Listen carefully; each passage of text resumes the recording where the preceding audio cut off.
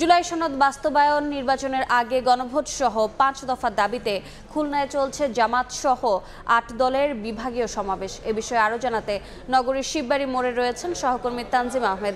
সরাসরি যাচ্ছি তার কাছে। তানজিম,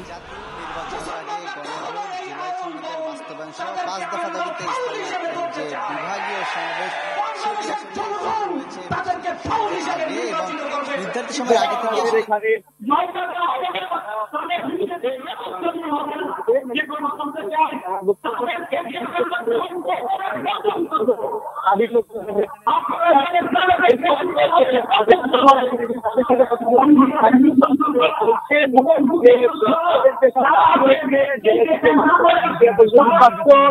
জাতীয় নির্বাচনের আগে যে গণভোটের যে দাবি,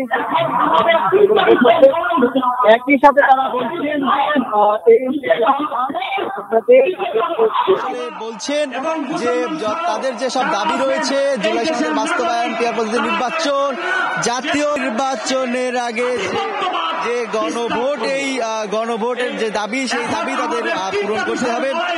একই সাথে তারা বলছেন যে এই যে সময়ের সাথে সাথে তাদের যে আন্দোলন সেটি আরো জোরালো হবে এবং দাবি আদায় না পর্যন্ত তারা রাজপথেই থাকবেন। এবং তারা বলছেন যে জাতীয় নির্বাচনের দিনে একই যদি গণভোট হয়, সেই ক্ষেত্রে বিষয়টি একটি জলখিচুড়ি হয়ে যাবে বলে তার নেতারা দাবি করেছেন। এবং কেন্দ্রীয় যেসব 8টি দলের নেতারা রয়েছেন, এখানে জামায়াতে ইসলামী, চরমোনাই এবং খেলাফত মজলিস সহ 8টি দলে তাদের নেতারা আসতে শুরু করেছেন। দলে দলে নেতাকর্মীরা আসলে জড়ো হয়ে বিভিন্ন স্লোগান দিচ্ছেন। অর্থাৎ খুলনা যে নগরী, সেই নগরীকে এখন স্লোগানের নগরী বলা যায়। একই সাথে তাদের এই স্লোগান তারা মিছিল সহকারে এই কেন্দ্রে আসার চেষ্টা করছেন। একই সাথে আমরা খোঁজ নিয়ে জানতে পেরেছি, নগরীর যে সোনারাঙ্গা রয়েছে, গল্লামারি, ময়লাপোতা সহ বিভিন্ন এলাকায় আসলে লোকজন অবস্থান নিয়েছে। যেহেতু শিববাড়ি মোড়ের এই জায়গা, সেখানে যে পরিমাণ লোক এসেছে, সে তাদের আসলে ধারণ ক্ষমতা এই জায়গাটি নেই বলে নেতারা জানিয়েছেন। অর্থাৎ এর আগে যে নির্ধারিত প্রেস কনফারেন্সে তারা এই কর্মসূচির কথা জানিয়েছেন, সেখানে কিন্তু তারা বলেছেন গণসমাবেশ আসলে সফল করতে 5 লাখের বেশি লিফলেট বিতরণ করা হয়েছে এবং 2 লাখ মানুষের সমাগম হবে বলে তারা প্রত্যাশার কথা আমাদেরকে জানিয়েছেন।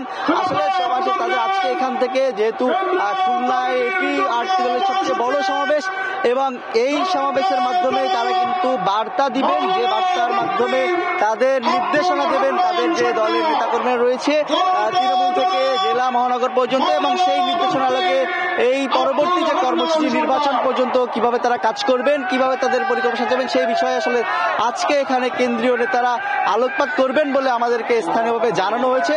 তো খুলনা শিববাড়ি মোড় থেকে 8 দলের যে বিভাগীয় সমাবেশের খবর আমার কাছেই ছিল সর্বশেষ।